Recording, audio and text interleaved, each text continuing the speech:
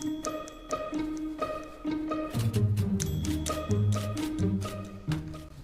evening and welcome to Ask 9. Thank you so much for joining us here in the KCRT streaming studio. I'm Becky Phelps. And I'm Emily Schrod. Emily, thank you for being here. Absolutely. We've got Emily on as a guest today for a very important topic that we want to talk about.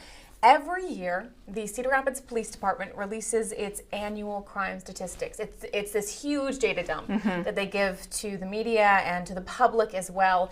And we are going to take some time tonight to decipher all of these numbers. Break it down a little bit for you guys. Yes, so we are talking tonight, what is the trend happening in Cedar Rapids for crime? Emily, you interviewed the chief of police this morning. Yes, I talked to Chief David Dostal, and overall, crime is down. So that's a good thing. So yeah, he contributed that a lot to the hard work of the police department, the force of the department. He also said, cooperation with the public has been really helpful for this as well. So helping them kind of, with information on crime scenes and being able to solve those crimes. So like witnesses. Yes. Okay. So cooperation from witnesses. Yes. That is huge because you always see it when the first posts that come out about a crime, oh, there were shots fired in this neighborhood. If you saw anything, contact police. And I think people maybe sometimes underestimate how important that is. Yeah. Every testimony matters. Yeah, absolutely. And Chief Dostal definitely emphasized that today while we were speaking. So I've got the big packet of crime stats here. It's 12 pages. It's very long. Lots of color coding. Yes. So run us through some of the highlights of this report because it covers so many categories. Yes, very, very many. So we're not going to go through all of them, just a few. So we talked about the crime going down. So we'll start with some of those that did go down. Shots fired was one of them that went down. And for the whole year of 2025, they had a total of 43 shots fired, and that is down from 49 in 2024, which in 2024 it was down as well from 81, so that's continuing to go down. That was a huge deal. I covered this story last year, the annual review, and it was a historically low number last year, and I remember they cautioned, they're like, things might trend up a little bit, you never know, and we're very proud of the work, but still. And to see it go down even just by 6 is great progress. Yeah. And he said, we can't predict these things. Obviously, we don't know what people are going to do, what crimes are going to happen. But it is encouraging to see that trend continuing downward. Another thing that went down was shoplifting.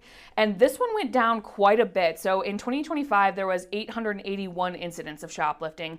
In 2024, there was 1,533, so 1,533. 800 sounds like a lot. Yeah, but compared to that 1,500 number, definitely seeing a downward trend that way. And I believe, if I'm remembering right, 2024 was a historic high for shoplifting. That was a really big spike. Yeah, and so if we go back to 2023, there was 1,238, and 2022 was 1,055, and 2021 was only 777. So definitely it was trending upward for a while there. Yeah, so this is the lowest number in a couple years and down by about 650. Cases of shoplifting from last year. Yeah, over 40%. It's great to see. Yeah, and now when I spoke with Chief Dostal today, obviously not every single crime is going to be down, unfortunately. So there were a few that were up as well. The first one we're going to talk about is aggravated assault. That was kind of one of the big highlighted ones. In 2025, there was 346 incidents of aggravated assault, and in 2014, there was 315. So it went up just a little bit. Okay. And now, what's the 5-year average on that? The 5-year average is a 352. Okay, so it's about on par with the 5-year average. Yeah, and when I spoke with Chief Dostal this morning, he was saying a lot of that is domestic assault calls. So it's not something they can really, he said, do to prevent. It's just they get the call, they go out, and they deal with it. And sometimes more cases being recorded is more people are calling. Exactly. More people are reporting the crime. And that's what he said. It was, a testimony to these victims of these crimes that are reaching out for help and calling about these things. So that's kind of what he contributes to that statistic there. Yeah, there's a lot behind those numbers. It gets very in the weeds with some of these. Yeah, it's flipping pages. They have it's a whole thing. And by the way, if you'd like to take a look through all of these graphs, Emily's web story is up right now on this topic, and we have the entire document uploaded. If you'd like to, take sift a through the tour graphs down the color-coded graphs yourself. It's all there. And like you said, It's numbers, but it's not just numbers. There are things behind these numbers that kind of explain exactly what the numbers are happening. Another good example of that is illegal use of a firearm was up this year. Not a lot. In 2025, they had 12 cases, and in 2024, they had 10. So not a lot. What constitutes illegal use of a firearm? So that was, people who might be felons, stuff like that. But Chief David Dostal did tell me that's not necessarily a bad thing that's up. It's because, these officers are out there trying to get these firearms out of the public so that they're not causing more problems. So he said that statistic, while it is up, not necessarily a bad thing because these officers are out doing their jobs, doing their due diligence to get those weapons off the street. Interesting. Yeah. Okay. So like we said, lots of statistics, lots of numbers, but lots of things behind those numbers as well. Definitely always better to have fewer illegal firearms out there. Absolutely. Yeah. And like we said in the beginning, Chief Dostal contributes a lot of this to that hard work of the police officers, along with, like we said, the public's help. But, with the rise in social media, a lot of people can be posting stuff on social media when these incidents happens. I know a lot of people post about car accidents, about shots fired incidents. It's a huge public interest. Absolutely. Everybody, if you pass a car crash, people are naturally curious. They want to know what happened. If they see police tape, they want to figure out what's going on, especially if it's by your neighborhood. Absolutely. I mean, we're all human, right? We're all very curious about it. And Chief Dostal did tell me, sometimes that can be a little hindering for them, right? Because people are posting these things on social media, but they don't know the full story, right? They're only seeing that snippet, that whatever's happening at that time. But a lot of times these things, have a lot more to the story. And so that he wanted to emphasize, they're trying to be as transparent as possible, especially with posting these crime stats. And they want you to know they're going to get that information out to you, but it's just a point of getting that information out when they have it, so all of that information is correct. Let's take a listen. We want to have the facts, so we don't want to report on something that is not true. The other thing is sometimes reporting it too soon can be detrimental to an investigation.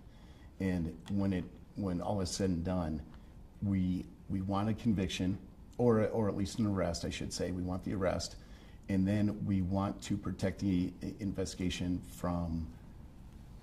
We want to be the ones that basically guide the investigation, if that makes sense. But most importantly, we don't want to release any information that is inaccurate.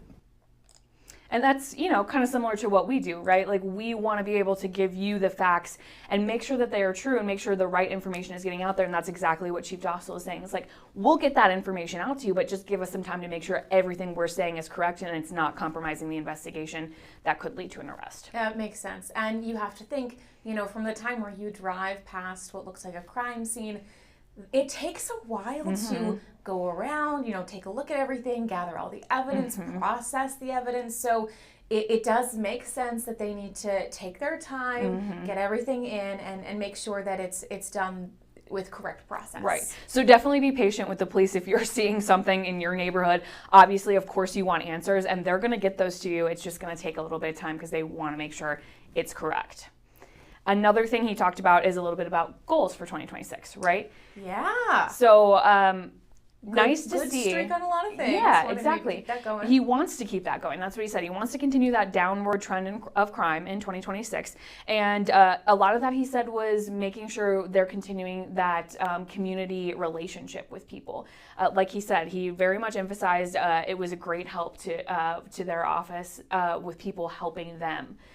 In crimes like this, these witnesses, these people cooperating with them. So he definitely wants to keep that trend continuing. Another thing he told me is they want to incorporate technology a little bit more. So yeah, he didn't specify exactly what technology, but he said he wants to try to have that help with investigations and with prevention for crime as well. So that'll be something to look out for in 2026 from the police department.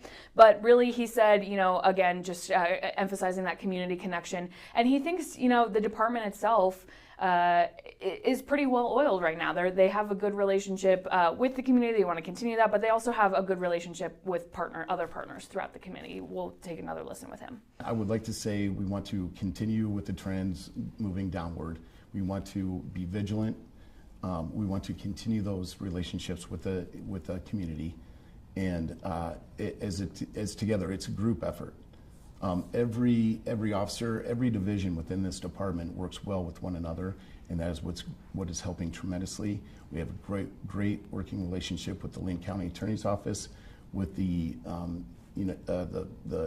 Northern District of Iowa federal attorney, and in getting the assistance from the community itself is what's making this a very, very safe community.